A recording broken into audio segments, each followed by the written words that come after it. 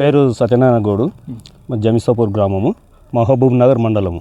అయితే గత ప్రభుత్వంలో 10 సంవత్సరాలు టీఆర్ఎస్ గవర్నమెంట్ ఉన్నప్పుడు మన దగ్గర ఇప్పుడు శ్రీనివాస్ గౌడ్ మంత్రి పదవి ఉండి విలేజ్ని దత్తత తీసుకున్నాడు.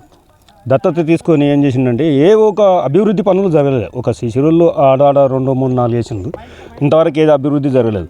మరి ఇప్పుడు ఈ గవర్నమెంట్ వచ్చిన తర్వాత ఏం చేసినామంటే మేము ఎమ్మెల్యే గారిని అడగడము, ఎమ్మడే మాకు హెల్త్ సెంటర్ శాంక్షన్ చేయడము, శిశురులు శాంక్షన్ చేయడము.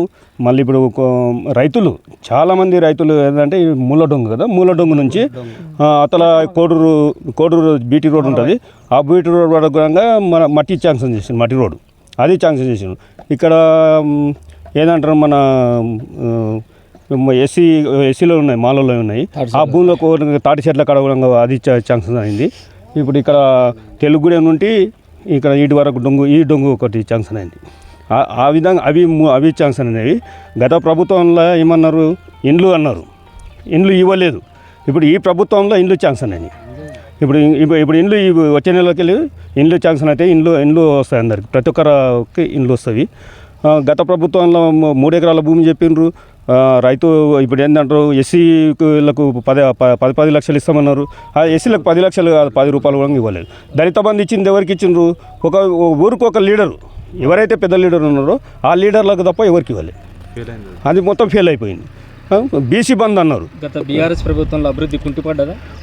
మొత్తం కుంటిపడిపోయింది. అసలు ఏమీ అభివృద్ధి జరగలేదు. అభివృద్ధి అనేది ఇప్పుడు ఎమ్మెల్యే శ్రీనివాస్ గౌడ్ ఆయన మంత్రి పదవి ఉండి దత్తత తీసుకొని కూడా అసలు అభివృద్ధి అనేది ఏం లేదు. ఒక ఎమ్మెల్యే ఒక మంత్రి ఉండి దత్తత తీసుకున్నాడు అంటే ఆ ఊరు ఎంతో అభివృద్ధి చెందాలి అది.